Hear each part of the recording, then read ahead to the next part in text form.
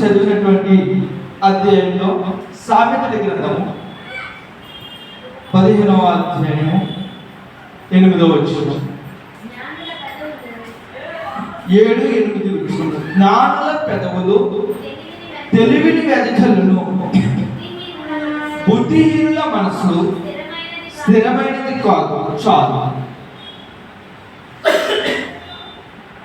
జ్ఞానుల పెదవులు తెలివిని వెదజల్లును అని మాట్లాడుతున్నాడంటే అసలు జ్ఞానులు ఎవరు? జ్ఞానులు ఎవరు అని అంటే దీన్ని బట్టి ఆలోచిస్తే దేవుని యొక్క వాక్యం ఎరిగినటువంటి వారు. అసలు జ్ఞానులు అని ఎందుకని అన్నారంటే అసలు దేవుని యొక్క వాక్యాన్ని ఎరిగినటువంటి వారైతేనే వారు జ్ఞానులు అవుతారు. అట్టి వారు ఎదుటి వ్యక్తితో ఏ విధంగా మాట్లాడాలో, ఎలా ప్రవర్తించాలో వారికి తెలుస్తుంది. ఈ లోకంలో ఉన్నటువంటి ప్రతి ఒక్కరు కూడా చాలా ఖడ్గముతో పడవలసం లేదు, కత్తితో పడవలసం లేదు. ఆ నోటి మాటతోనే చాలా ప్రమాదకరమైనటువంటి నోటి వాక్కులతోనే చంపుతున్నారు.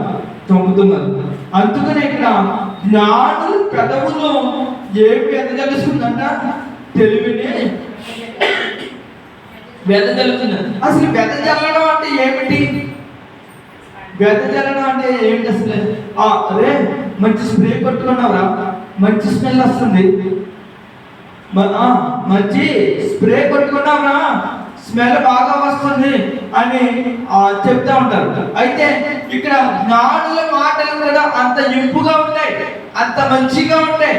అయితే ప్రియ సంగమా, నేటి సమాజంలో చిన్న పిల్లల యొక్క పెదవుల నుండి వచ్చే మాటలు కూడా ఎలా ఉంటున్నాయంటే చాలా దరిద్రంగా ఉంటున్నాయి. మన పిల్లలు చూస్తే చిన్నడే, నోటి మాట చూస్తే చాలా పాపపు మాటలుగా వస్తున్నాయి, వినరానటువంటి మాటలు వస్తున్నాయి, పలుకురానటువంటి మాటలు వారు పలుకుతున్నారు. బుద్ధిహీనుల మనసు స్థిరమైనది కాదు. అయితే ఏమి కలిగి ఉండాలి? బుద్ధిని కలిగి ఉండాలి. బుద్ధిని కలిగి ఉంటే వారి మనసు ఎలా ఉంటుందంటే స్థిరముగా ఉంటుంది. జ్ఞానం కలిగి ఉంటే వారి మాటలు ఎలా ఉంటాయంటే మృదువుగా ఉంటాయి. హల్లెలూయా, హల్లెలూయా. భక్తిహీనులు అర్పించు బలులు యెహోవాకు హేయములు. ఆయనకి కావలసినటువంటివి ఏమి కాదు అని అంటే బలులు కాదు, దేవుడికి ఇష్టమైనవి బలులు కాదు. ఆయనకి ఏమి కావాలి అని అంటే యథార్థ హృదయం కావాలి, యథార్థంగా జీవిస్తున్నటువంటి మనుషులు కావాలి, నిన్న వాళ్ళని పొరుగు వారిని ప్రేమించేవారు కావాలి, దేవుడి యొక్క రాజ్యంలోకి చేర్చే మనుషులు కావాలి, ఎదుటి వ్యక్తులకు సహాయం చేసేవారు కావాలి, యథార్థంగా జీవించేవారుగా ఉండాలి, నీతిగా బ్రతుకుతున్న వారు కావాలి. అట్టివారు దేవుడికి ఇష్టులు. అందుకనే భక్తిహీనులు అర్పించు బలులు యెహోవాకు హేయములు. యథార్థవంతుల ప్రార్థన ఆయనకు ఆనందకరం. హల్లెలూయా, హల్లెలూయా. ఏమండి, మీ పిల్లలకి 100 రూపాయలు ఇస్తే సంతోషిస్తారేమో, మీ పిల్లలకి 1000 రూపాయలు ఇస్తే సంతోషిస్తారేమో, వారికి మంచి ఫోన్ కొనిస్తే సంతోషిస్తారేమో, వారికి మంచి బైక్ కొనిస్తే సంతోషిస్తారేమో. దేవుడికి ఏంటంటే ఆనందకరము? యథార్థవంతుల ప్రార్థన ఆయనకు ఆనందకరం. హల్లెలూయా, హల్లెలూయా. అట్టి యథార్థత, అట్టి విశ్వాసము, అట్టి మంచితనము మనలో మనందరిలో ఉండి ప్రార్థన చేస్తే మన ప్రార్థన వలన ఆయన ఏం చేసుకుంటాడో తెలుసా? గొప్ప పండగ చేసుకుంటాడండి, గొప్ప పండగ చేసుకుంటాడు. అట్టి ప్రార్థన చేస్తున్నామా? నీ నోటి మాట ద్వారా, చక్కటి పాటల ద్వారా ఆయన నామాన్ని స్తుతించే వారుగా ఉన్నామా? అయితే మనము పాటల ద్వారా ఆయన నామాన్ని స్తుతించే వారుగా ఉండాలి, ఆరాధన ద్వారా ఆయన నామాన్ని గణపరిచే వారుగా ఉండాలి, ప్రార్థన ద్వారా ఆయన నామాన్ని సంతోషపెట్టేవారుగా మనం ఉండాలని భక్తుడైనటువంటి సొలొమోను గారి ద్వారా మాట్లాడడం జరిగింది. ప్రియ సంగమా, కొంచెం సమయం దొరికితే ఫోన్కి సమయం కాదు, ఫోన్కి ఇవ్వడం కాదు మన సమయం, టీవీల దగ్గర పెట్టడం కాదు మన సమయం, ప్రార్థన చేయడం. ఏమంటే ఈ లోకంలో మనం ఎన్నో సమస్యలు ఎదుర్కొంటూ ఉంటాం. ఎంతో ఆనందం కలుగుతూ ఉంటుంది, ఎంతో సంతోషం కలుగుతూ ఉంటుంది. మనకు బాధ కలిగినప్పుడు మాత్రమే కాదు మోకరించి ప్రార్థన చేసేది, ఆనందంలో కూడా ఆయన నామాన్ని మహిమపరిచేవారు కావాలి. దేవా, ఇంత గొప్ప వాక్యం నాకు దయచేసిన దేవా మీకు వందనాలయ్యా, ఇంత మంచి సంతోషమును నా పట్ల జరిగించిన దేవా మీకు స్తోత్రాలు ప్రభువా అని ఆయన నామాన్ని మహిమపరిస్తే నీ పట్ల ఆయన మహిమపరచబడతాడు. అట్టి మహిమ ప్రభావం, అట్టి స్తుతి ఘనతలు నీ ద్వారా ఆయనకు చెల్లునుగాక. ఆమేన్, ఆమేన్. అలాగే మత్తయి సువార్త 4వ అధ్యాయం, మత్తయి సువార్త 4వ అధ్యాయం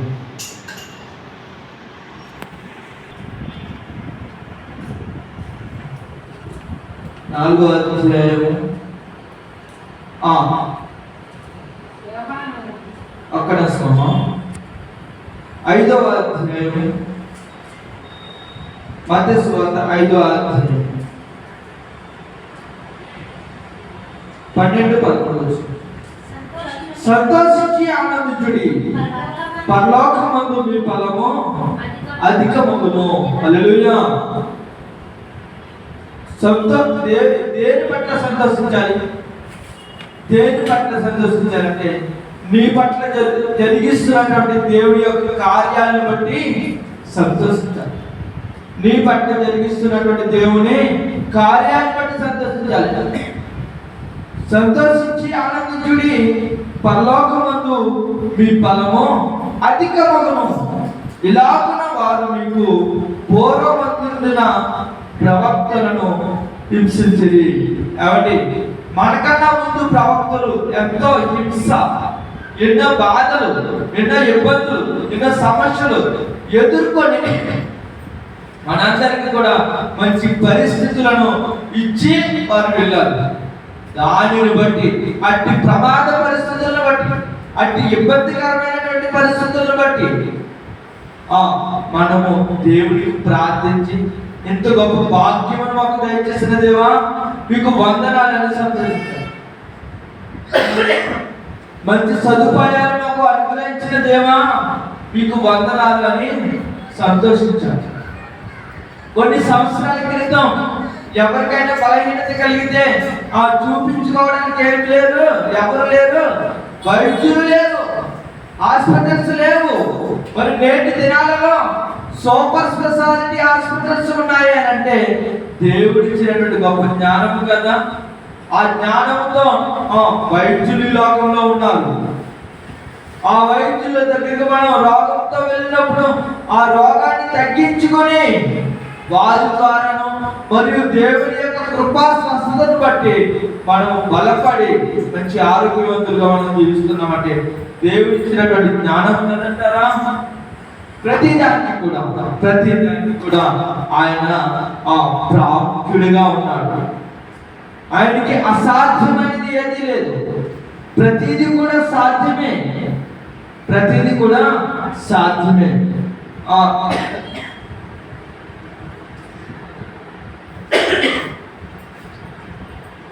అలాగే మత్తయి సువార్త 4వ అధ్యాయం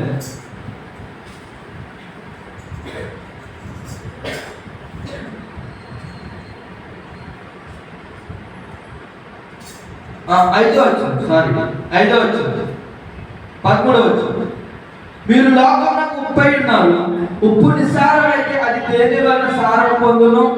అది బయట పారవేయబడి మనుషుల చేత త్రొక్కబడుటకే కానీ మరి దేనికి పనికిరాదు. హల్లెలూయా. ఇక్కడ లోకమునకు ఉప్పై ఉన్నారు. అంటే ఉప్పు చాలా విలువైనది. మనం తిరుగుతున్నటువంటి పదార్థాలలో ఉప్పు లేకుండా ఏ ఆహారము కూడా మనం తీసుకోలేము. అయితే అదే ఉప్పు ఎక్కువైతే ఆహారం కూడా తినలేము. అయితే మనము దేవుడు మనల్ని ఉప్పుగా, అంటే ఉప్పు ఎంత విలువైనదో, ఉప్పు ఏ విధంగా రుచినిస్తుందో మన జీవితాలు కూడా అట్టి బాగుగా ఉండాలి ఈ లోకంలో, ఈ సమాజంలో. హల్లెలూయా. అలాగే మత్తయి సువార్త 10వ అధ్యాయం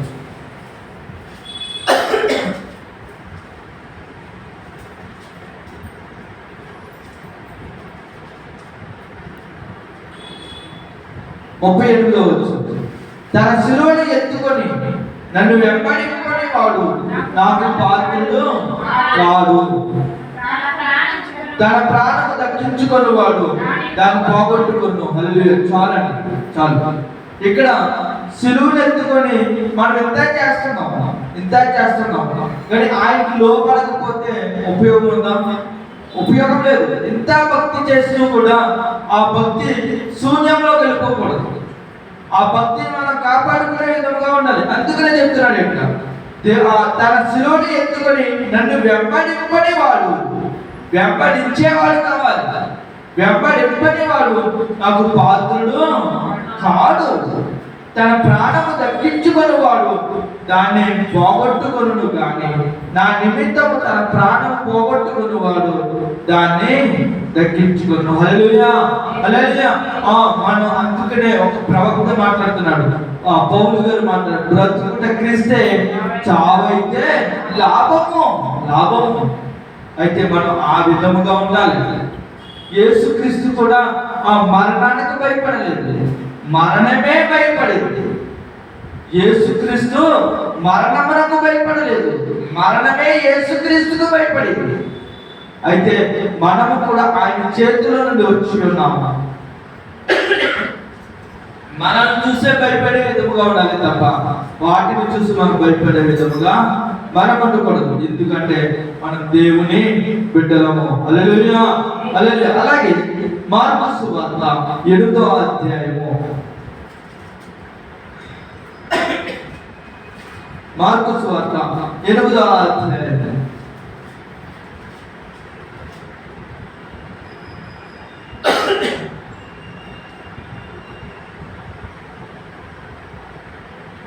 34-35 వచనం. అంతటా ఆయన తన శిష్యులను జనసమూహమును తన యొద్దకు పిలిచి, నన్ను వెంబడింపవాలని కోరువాడు తను తాను ఉపేక్షించుకొని తన శిలువను ఎత్తుకొని నన్ను వెంబడింపవలెను. తన ప్రాణమును రక్షించుకొను వారు దాన్ని పోగొట్టుకొను. నా నిమిత్తము, సువార్త నిమిత్తమును తన ప్రాణమును పోగొట్టుకుని వాడు దాన్ని రక్షించుకొను. హల్లెలూయా. సువార్త నిమిత్తము దేనికైనా మనము సిద్ధపాటు కలిగి ఉండాలి. మన ప్రభువైన యేసుక్రీస్తు కూడా తన తండ్రి చిత్తాన్ని నెరవేర్చుకున్నటకు కూడా ఆయన దేనిని కూడా లెక్క చేయలేదు. అందుకనే సిలువలో చాలా విలువైనవి, చాలా బహు విలువైనటువంటి మాటలు మాట్లాడటం జరిగింది. ఆ శ్రమలో, ఆ బాధలో, ఆ ఇబ్బందులో ఎంత కసిపడుతుందో, ఎంత బాధపడుతుందో, అట్టి బాధ, అట్టి కసి ఆ యొక్క మాటల్లో చూపించుకోకుండా ఆ సిలువలో చూపించింది ఏమిటి అని అంటే, ఆ సిలువలో కూడా ఏం చూపించాడంటే ప్రేమ చూపించాడు, సాత్వికం చూపించాడు. ప్రేమతోనే మాట్లాడాడు, సాత్వికంతోనే మాట్లాడాడు. అంత చేసినా కానీ తండ్రి మీరేమి చేయుచున్నారో మీరు ఎరుగరు కనుక వీరిని క్షమించండి. ఎవరు మాట్లాడతారండి ఆ మాట? ఎవరు మాట్లాడతారు? మీ పిల్లవాడిని కొడితే నా కొడుకుని ఎందుకు కొట్టావురా అని నువ్వు వస్తావే, నా కూతుర్ని ఎందుకు కొట్టావు నువ్వు వస్తావే. మరి నా యేసుక్రీస్తు ఏమంటున్నాడు, మీరు నన్ను ఎందుకు కొడుతున్నారు అని అట్లా. తండ్రి అయిన యెహోవాతో మాట్లాడుతున్నాడు, తండ్రి మీరేమి చేయించున్నారు, మీరు ఎరుగురు కనుక వీరిని క్షమించుము, క్షమించుము. అట్టి విశ్వాసం, అట్టి క్షమాపణ, అట్టి సాత్వికము మనందరిలో కూడా ఉండాలి, మనందరిలో కూడా ఉండాలి. హల్లెలూయా, హల్లెలూయా. అపోస్తల కార్యములు 14వ అధ్యాయం, అపోస్తల కార్యములు 14వ అధ్యాయం 22వ వచనం. శిష్యుల మనస్సులను దృఢపరిచి విశ్వాసమందు నిలకడగా ఉండవలననియు అనేక శ్రమలను అనుభవించి మనము దేవుని రాజ్యములో ప్రవేశించవలననియు వారిని హెచ్చరించేది. కేవలము దేవుని రాజ్యములో ఉండడానికే ఈ హెచ్చరిక. మనం ఎంత బ్రతుకుతున్నాము అని అంటే మన విశ్వాసం కాపాడుకోకుండా, పరలోకం వెళ్ళకుండా, గాలికి ఎగరగో పొట్టువలే నరకానికి వెళ్ళిపోతే ఉపయోగము లేదు. ఈ ఇక్కడున్న బ్రతుకు దినములని కొంచెం శ్రమ ప్రేమగా స్వీకరించి అనుభవించినా కానీ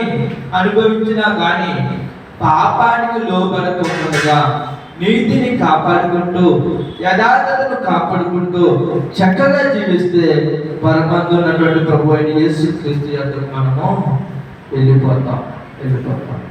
ఆ విధముగా ఉండమని ఎవరికి చెప్తున్నారు అంటే శిష్యులకు చెప్తున్నారు. అందుకనే శిష్యుల మనస్సులను దృఢపరిచి విశ్వాసమందు నిలకడగా, అబ్రహాము గారు నిలకడగా ఉన్నారు, యోబు గారు నిలకడగా ఉన్నారు. ఈ విధంగా చాలా సువార్తికులు, చాలా మంది బోధకులు నిలకడగా ఉన్నారు, అట్టి విశ్వాసాన్ని కాపాడుకున్నారు. తండ్రి నామాన్ని మహిమపరచు విధముగా వారు ఉన్నారు. కాబట్టి మనము కూడా అట్టి విశ్వాసం, యథార్థతను బట్టి మనము ఉండాలని ప్రేమతో ఈ వాక్యం ద్వారా మీకు తెలియజేస్తున్నాను. భక్తుడైనటువంటి పౌలు గారు రాసినటువంటి హెబ్రీ పత్రిక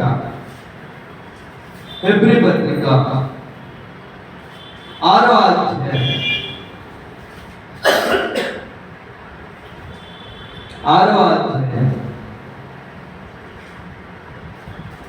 5-6 వచనాలు.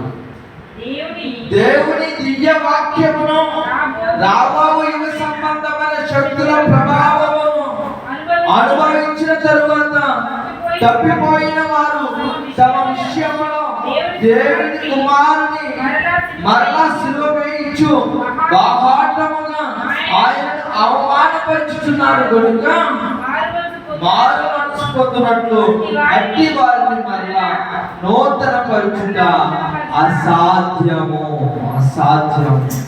అట్టి వారి కోసం మనం ఏం చేయాలి? ప్రార్థన చేయాలి.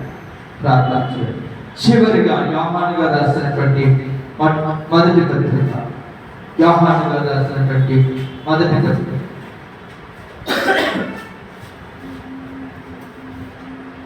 3వ అధ్యాయం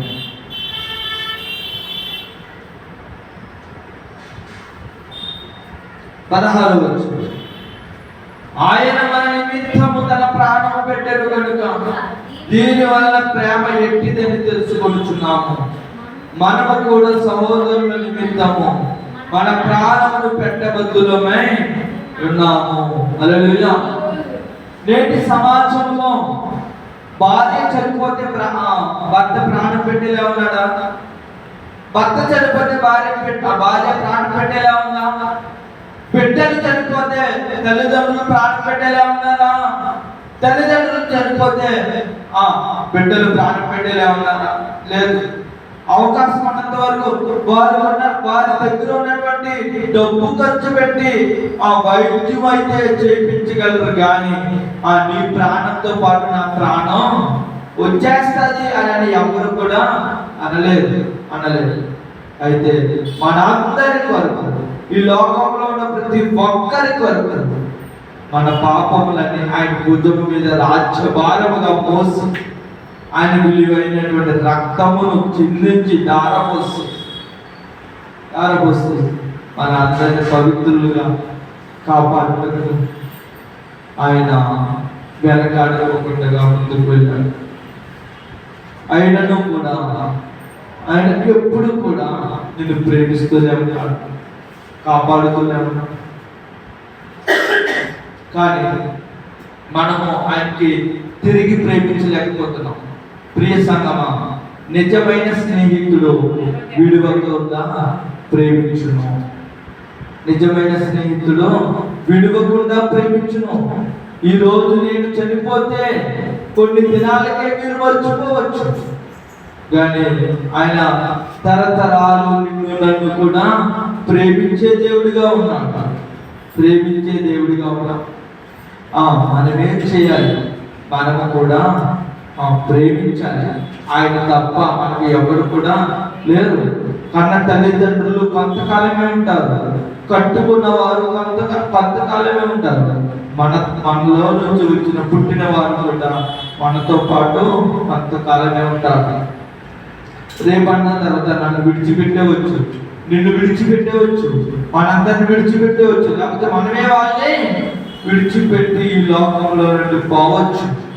కానీ ఎల్లప్పుడూ కూడా ఆయన వాళ్ళని కాపాడుతున్నాడు అని అంటే మనము ఆయనకు ఎంతగానో రుణస్థులమైన. హల్లెలూయా, హల్లెలూయా. ప్రియ సంగమా, ఈ లోకంలో మోసం చేస్తున్నటువంటి ప్రజలు ఎంతో మంది ఉన్నారు, కానీ మన కోసం ప్రాణం పెట్టే దేవుడు ఉన్నాడని మనం నిరీక్షణ కలిగి ఉండాలి. ఆయన నామాన్ని మహిమపరిచే వారుగా ఉండాలి. ఆయన పట్ల భక్తి చూపించే వారుగా ఉండాలి. భక్తిని పాటించే వారుగా ఉండాలి. భక్తిని కాపాడుకునే వారుగా మనం ఉండాలి. ఆ విధంగా ఉంటే మనం దీవించబడతాం, ఆశీర్వదించబడతాం.